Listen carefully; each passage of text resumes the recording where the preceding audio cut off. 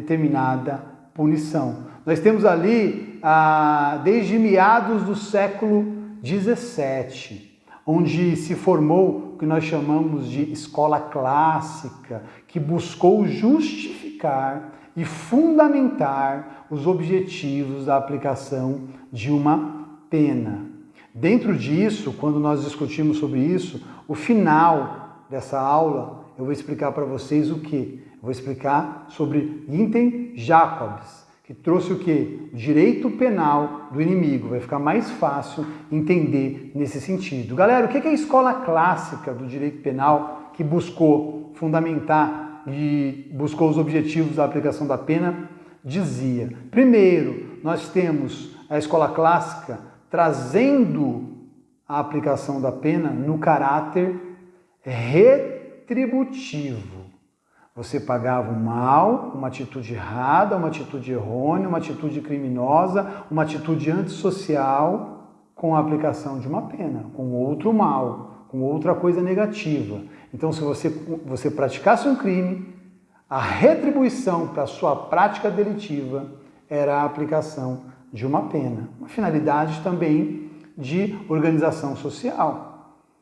A escola clássica ainda, ela também tratou, em outro aspecto, a pena como um caráter preventivo. A pena, ela tem o objetivo de prevenir determinadas práticas delitivas. Ela tem o objetivo de prevenir que determinado sujeito, que determinado delinquente continue a praticar determinados crimes com a aplicação de uma punição e com a aplicação da pena. O que é o caráter preventivo? As pessoas, ao verem a punição, ao verem que pessoas são punidas com a prática daquele crime, elas ficam inibidas psicologicamente e elas ficam com medo de incorrer em determinada prática criminosa e sofrer a pena, e sofrer a punição. Dentro disso, ela tem essa característica preventiva. Então você vê que a pena ela não pode ser aplicada ao bel prazer do carrasco, ao bel prazer do juiz, ao bel prazer de quem faz se cumprir a pena. Ela tem objetivos, e objetivos voltados a uma organização social, uma evolução social de uma forma diferente. A pena ela tem esse objetivo. Galera, uma coisa que a gente tem que saber aqui, antes de entender essa questão de Günther Jacobs, que falava sobre o direito penal do inimigo, que fala hoje sobre o direito penal do inimigo, e algo que é tão evidente frente às atrocidades que vem acontecendo quando falamos de direitos humanos, de garantias, mas pessoas cometem crimes atrozes, pessoas cometem crimes que chocam a sociedade. É o caso do garoto que estava preso aí num tambor, preso com arames. Então, como proteger direitos e garantias, direitos humanos de pessoas como essa? A intenção aqui não é formar ideias, a intenção aqui é trazer informações sobre direitos, garantias, direitos humanos e o direito penal e suas finalidades. Saindo ali da escola clássica, galera, a gente tem ali o Raul Eugênio Zaffaroni, que é um penalista garantista. Ele vê no direito penal formas de garantir, um meio de garantir determinados direitos essenciais para a sociedade. Então, nesse ponto aqui, você tem que anotar e você tem que saber a diferença de direitos e garantias. Aí você vai entender o que é dizer direito penal ser um direito garantista. Vamos lá. O que é o direito? O direito aqui, para o contexto da nossa aula, são normas declaratórias. O direito são normas declaratórias. Declara determinado direito que você tem. A exemplo, o direito à liberdade. Está declarado na nossa Constituição de 1988. O que é uma garantia? Uma garantia são normas que se transformam em ferramentas para garantir que esse direito que está declarado nas leis seja cumprido, seja respeitado, seja reestabelecido em uma possível afronta e destruição. Então, direito e garantia é diferente. Direito são normas declaratórias, as garantias são normas que trazem ferramentas para garantir os direitos. Um exemplo claro, você tem direito à liberdade.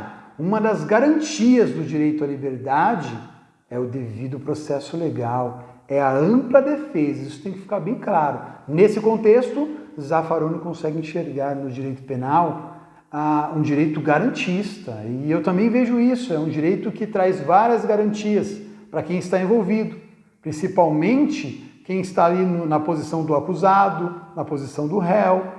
Ele não pode ser acusado de qualquer forma, ele tem a presunção de inocência, vai existir o devido processo legal, vai existir um respeito da sua conduta, se encaixar em uma conduta típica, ilícita, culpável e dominada pela vontade.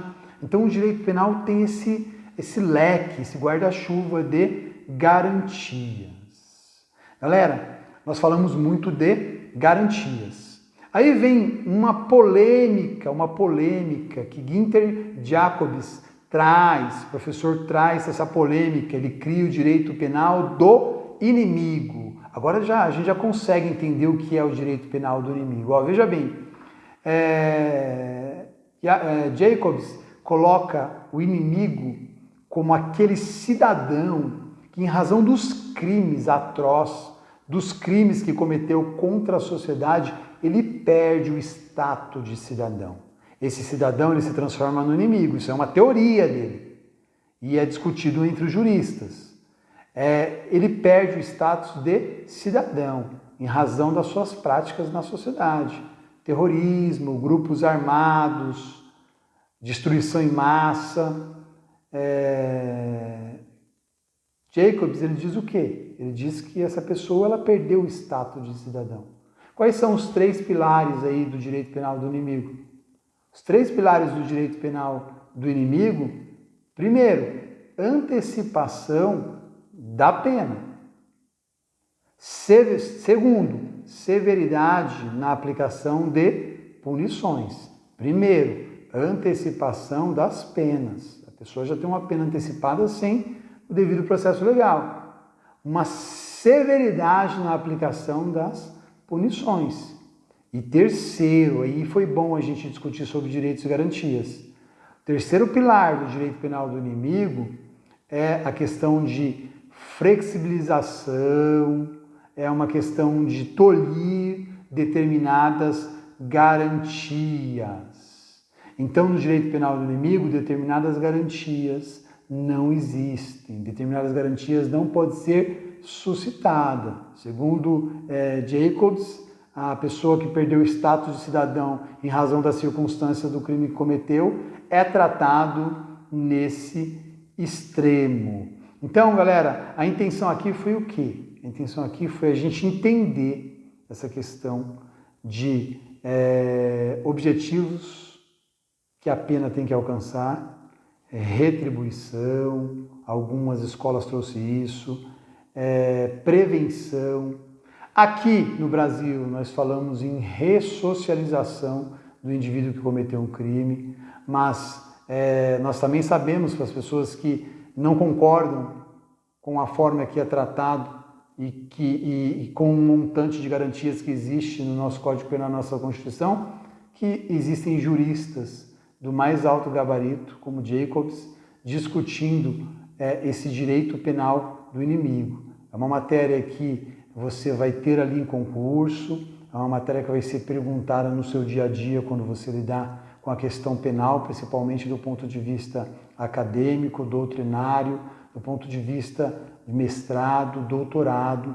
Então, fica para vocês esse vídeo com a intenção de esclarecer sobre essas questões de garantias, finalidades da pena e o direito penal do inimigo.